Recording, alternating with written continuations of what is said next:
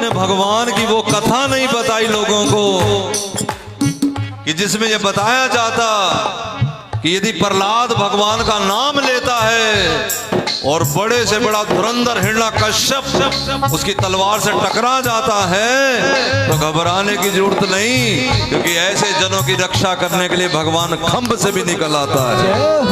तुमने ये नहीं बताया कि धन्ना अगर शालिग्राम लेके जाता है और भगवान मान करके उसके आगे सारा अपना रोना रो लेता है तो बिल्कुल डरने की जरूरत नहीं। अगर पक्का विश्वास श्रद्धा है तो उस पत्थर में से भी भगवान निकल करके धन्ने के खेत में जा करके हल भी जोत के आता है। तुमने ये नहीं बताया, तुमने ये नहीं बताया कि यदि कर्मा बिना नहाए धोए भी खिचड़ी बनाती है तो जगन्नाथ भगवान उनके घर जाकर के रोज रोज भोग लगाता है और कोई कर्म कांड में फंसा देता है, उलझा देता है। तो भगत की महिमा को बढ़ाने के लिए जब मंदिर का पर्दा हटता है तो पुजारियों को दर्शन कराता है भगवत जगन्नाथ कि उनके चारों हाथों में लगी है खिचड़ी, और उसी खिचड़ी के चलते आज तक जगन्नाथ भगवान को खिचड़ी का भोग लगता है।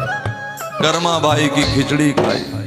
तुमने ये नहीं बताया कि सखू बाई अगर उनको अपना माता पिता मान लेती है तो भगवान उसके सास ससुर के घर उसका उद्धार करने के लिए सखू बाई का रूप ही बना करके आ जाता है और उनके घर के जूठे बर्तन भी मांज देता है। तुमने ये नहीं बताया कि नंदा नाई यदि कीर्तन में मस्त हो जाता है और राजा के तलवों की मालिश भूल जाता है जिसके बदले उसे फांसी भी लग सकती है तो भगवान को डर लगता है कि हाय मेरा भक्त तो कीर्तन में बैठ गया, इसको फांसी ना लग जाए। सो भगवान नंदा नाई का रूप लेकर के राजा के तलवों में मालिश करने में भी शर्माता नहीं है। ये कौन से दान से, ये कौन से कर्म से होगा? ये तो केवल सत्संग से होगा। तुमने भी इनको सत्संग की महिमा नहीं सुनाई।